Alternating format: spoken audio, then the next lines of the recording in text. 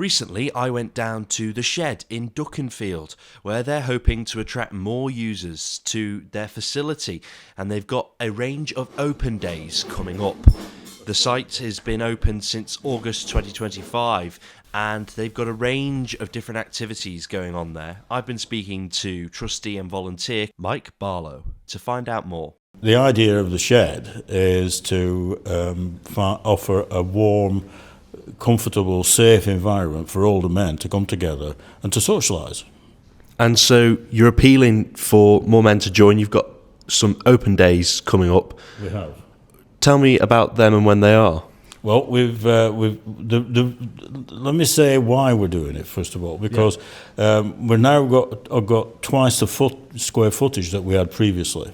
So now we've got capacity to recruit. So we're looking to improve our reach and impact by recruiting more men, and possibly some more volunteers as well. The idea being that we also need to keep recruiting. Recruiting is an ongoing process. I'm tempted to say almost like painting the Forth Bridge, but it's not quite that much. But you can imagine that we need to be making sure that we're reaching out as to the men that are going to benefit most from what we do. Mm-hmm. And I don't know if you'd like me to talk about what we do. Yeah, absolutely. Well, we've always done two things. One is what you might call woodwork, not joinery as much, but maybe making planters, bird tables, bird boxes, and very simple gardening items. Some furniture repair as well, but we've also, not everybody wants to do woodwork. So what we've done, right almost from the beginning, we've also done non-woodworking activities, and they've been fairly limited in things like sporting memories, musical memories, and doing board games and getting guys to just chat and to socialise, making sure that they're in a warm, comfortable and safe environment and feel that they're able to talk openly.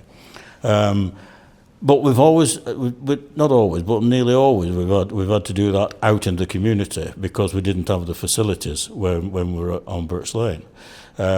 So we've now we're now going to be able to bring that in house, so we can actually offer that as an ongoing, a self-programming structure. Because when we had to do it out in the community, to some extent, what we could do and when we could do it was determined by the availability of other people's space. Now that we've got our own space, we're the masters of what we do and when we do it. So we're going to be able to produce a program that people can look at and say, well, I'd like to go to that. Some of them will, some activities would be ongoing, where people might come one day, half a day, a week to the same activity, like they do with the woodworking, but some will be time restricted. So if we're doing things like men in kitchens, well, that's normally a 6-week program, half a day a week for 6 weeks. So that would be time restricted in a sense. But we're thinking that we might do other things in the kitchen, things like having a curry club, a pie club, brewing beer and wine. There's all sorts of things we could do now that we couldn't do because we didn't have the access to the space that we needed to do that. So we're very hopeful that we're going to have a much wider non-woodworking activity than we've had in the past. These are some of the things that we've ordered. So, Mike, we're here in the main workshop.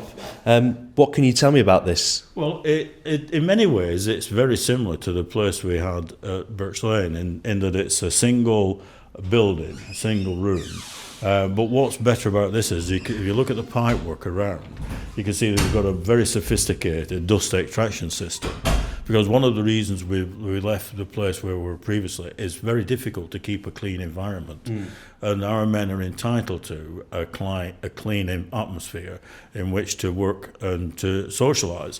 So one of the very important things that we've got now is this dust extraction system that keeps the atmosphere as clean as it possibly could be in a woodwork room. So with all the equipment that you would expect, we've got lathes, we've got bandsaws, we've got chop saws, we've got planer thickeners that actually we'll plane both sides of the wood to size so that it's nice and smooth, so you get a finish like this.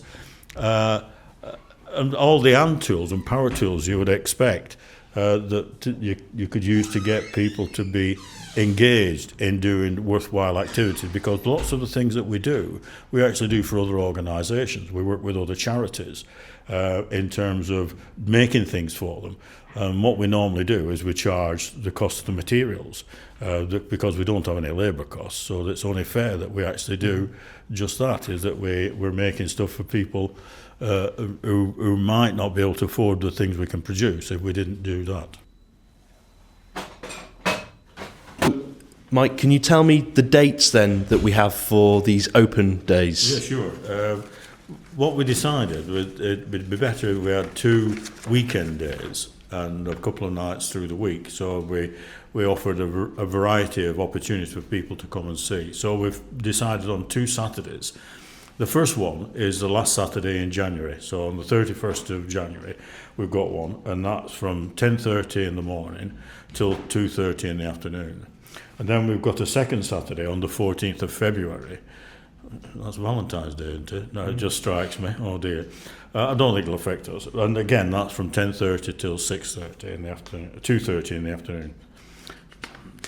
And then we've got 2 evenings, a Wednesday and a Thursday, so that it gives that variety where people who couldn't come on a Wednesday can come on a Thursday. And they're Wednesday the 4th of December, and that's 6:30 till 8:30 in the evening. And then we've got Thursday the 12th of February, again 6:30 till 8:30 in the evening. And people can come to one or more. We'll put some refreshments on. I mean, it's not going to be beer and sandwiches, but it'll be coffee, tea and biscuits, so. And if people don't know where you are, whereabouts are you based? We're actually units 3 and 4 on Wellington Parade in Duckingfield.